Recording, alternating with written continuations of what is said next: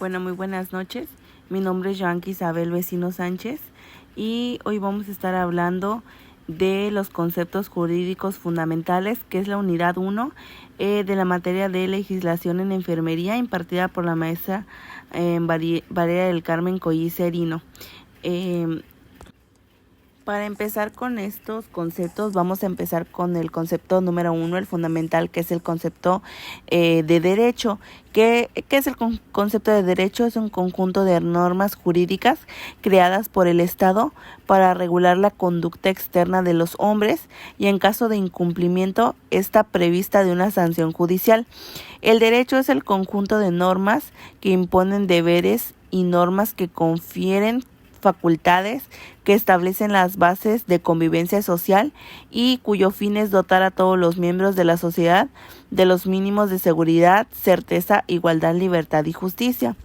Después de estos conceptos de derecho tienen una subdivisión que como primer número tenemos el derecho como ordenamiento, que es aquel conjunto de normas que tratan de regular la conducta humana mediante ordenamientos, permisiones y prohibiciones. El derecho como fenómeno social, que es aquel ordenamiento jurídico que nace para el efecto de regular la conducta entre los individuos como grupo y tiene cabida mientras que se encuentra en una sociedad. El derecho como valor, que es el conjunto de disposiciones que adquieren rango obligatorio y que se encuentran al servicio de valores sociales, además de tener una finalidad axiológicamente respetable. Y como por último tenemos el derecho como argumentación, que es aquel conjunto de normas que se materializan a través del lenguaje, pues este es el instrumento fundamental del legislador. Las palabras diseñan las normas jurídicas. Ya habíamos visto el concepto de derecho, ahora vamos a ver una clasificación del derecho, que por número 1 tenemos el derecho natural. El derecho natural forma parte de la moral y rige la conducta social de los hombres relacionada con la justicia y el bien común del derecho natural. Es un verdadero derecho en la medida en que la sociedad es obligatorio para todos. Por número 2 tenemos el derecho positivo, que son las reglas o normas jurídicas en vigor en un lugar y en una época determinada.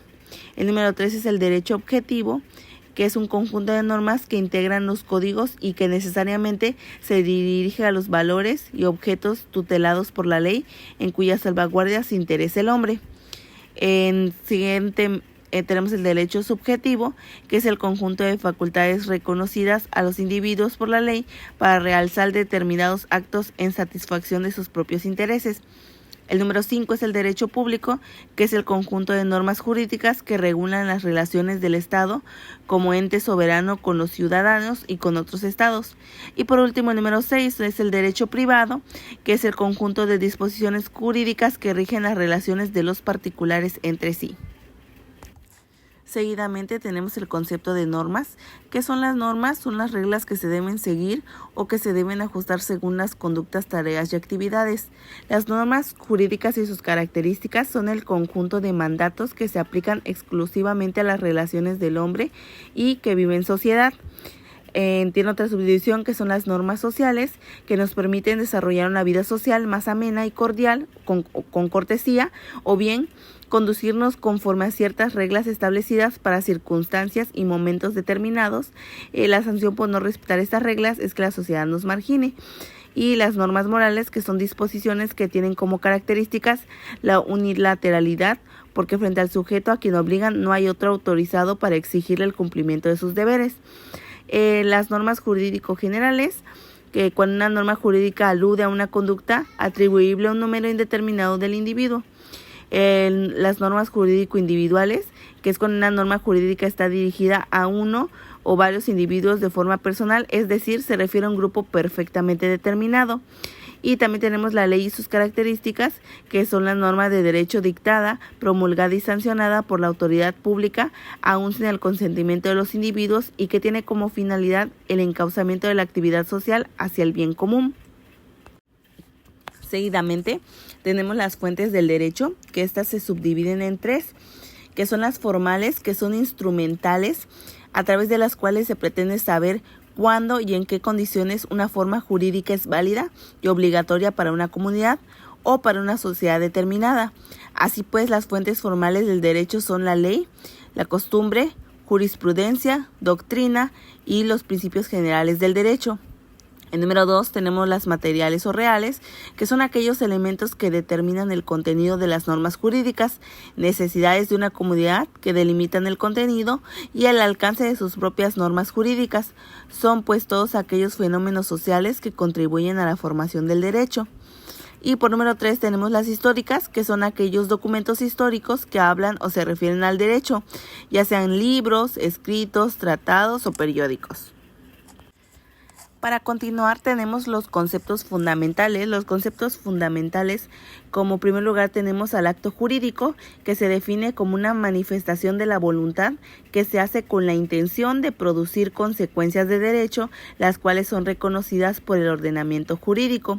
Tenemos también a la capacidad, que es con el objeto de saber si la voluntad se expresa adecuadamente. Es requisito indispensable saber si quien la expresa tiene capacidad para emitirla. Es decir, si existe por parte de dicha persona aptitud para ser titular de derecho y de obligaciones. La voluntad, que es el siguiente punto, hay que analizar la voluntad de las partes para saber si se expresó libremente, ya que en caso de que no fuera así, acarrearía la inexistencia o la nulidad del acto respecto del cual se ha manifestado. Y por último tenemos al hecho jurídico, que son los sucesos temporal y espacialmente localizados que provocan al ocurrir un cambio en la realidad jurídica existente. Se puede tratar de la voluntad de una persona de causar determinados efectos de hecho, pero no así su intención de producir consecuencias de derecho, o bien que los sucesos se produzcan por hechos de la naturaleza.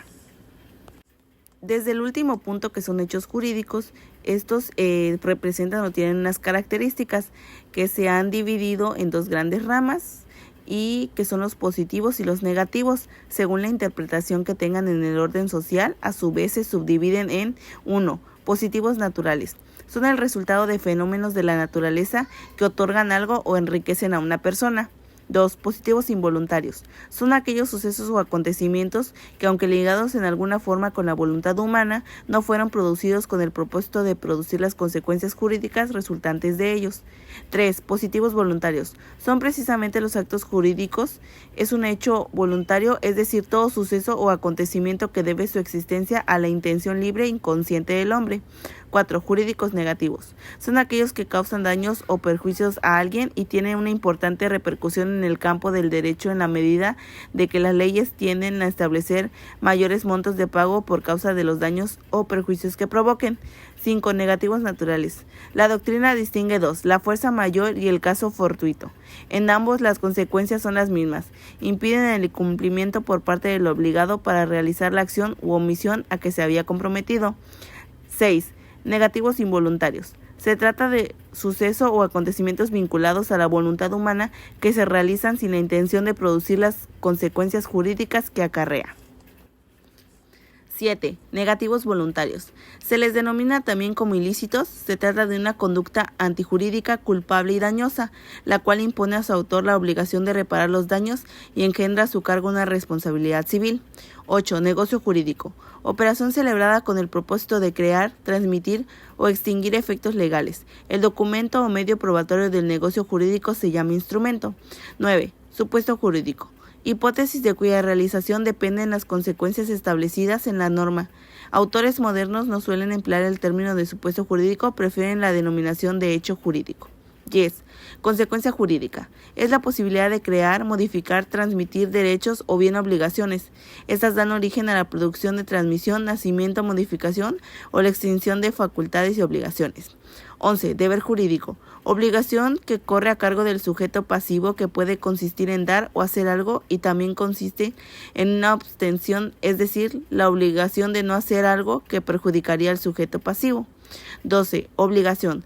Relación jurídica entre dos o más personas determinadas o indeterminadas, en virtud de la cual una de ellas, llamada acreedor, tiene la facultad de exigir a otra llamada deudor y ésta la necesidad de cumplir una prestación o una atención, que puede ser dar, hacer o no hacer, de valor económico o de valor moral. Continuando con los conceptos, tenemos el derecho real, que es la facultad que concede a la persona un poder directo e inmediato sobre una cosa para disponer y gozar de ella. con exclusión de los demás y que trae para que los que no son titulares del derecho la obligación de abstenerse de perturbar al titular en el goce del mismo. El derecho personal es la relación jurídica que otorga al acreedor la facultad de exigir del deudor una prestación o una abstención de carácter patrimonial o moral. Una sanción es la declaración solemne que confirma o desaprueba una norma o un acto, declaración que en propiedad corresponde a la autoridad. Ahora, una coacción es un medio de que dispone un órgano de autoridad para hacer cumplir una norma sancionada, pero no es el único medio, ni mucho menos constituye la esencia del derecho. Una persona jurídica se da el nombre del sujeto o persona a todo ente capaz de tener facultades y deberes, ser capaz de tener obligaciones y derechos. La personalidad jurídica es la aptitud o idoneidad para ser sujeto de derechos y obligaciones. Esta tiene cualidades que desde el punto de vista jurídico deben tener los individuos y que la distinguen unos de otros, los cuales son capacidad, estado civil, patrimonio, nombre, domicilio y nacimiento.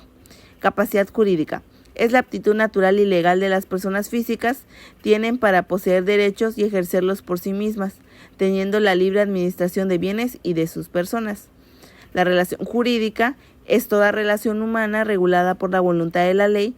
Agrega que es un concepto más amplio que el derecho subjetivo porque comprende tanto al sujeto activo de la relación como al sujeto pasivo y que con frecuencia la relación encuadra un derecho sino varios derechos. Y para finalizar, los últimos 3 puntos es la interpretación de la ley, que es desentrañar el sentido de una expresión jurídicamente, es investigar y explicar su sentido, significa entender, atribuir un sentido a alguna entidad que no sea un objeto natural. Siguientemente tenemos la integración de la ley, que por la integración jurídica entendemos a aquel procedimiento por el cual ante la falta o deficiencia de una norma para un caso concreto se integra o une al ordenamiento jurídico para llenar aquel vacío. De esta manera recurriremos a un proceso de integración. Y por último, los principios generales del derecho son generalizaciones o abstracciones últimas tomadas de la propia legislación del derecho natural o del derecho romano, postulados, ideas, fórmulas básicas o fundamentales que constituyen la base de todo nuestro ordenamiento jurídico, permitiendo a través de ellos la creación, orientación e integración del ordenamiento legal. Los principios generales cumplen 2 funciones primordialmente. El número 1, la A, es orientar e inspirar al ordenamiento jurídico constituyéndose en el espíritu que contiene toda norma positiva de tal manera que se conviertan en principios positivizados. Y el número 2 o el B, con ayuda en la tarea integradora mediante los postulados que se encuentren fuera del ordenamiento pasivo. Y pues eso sería todo. Tratamos de leer y de explicar un poquito los conceptos y estos son los conceptos fundamentales. Y pues muchas gracias.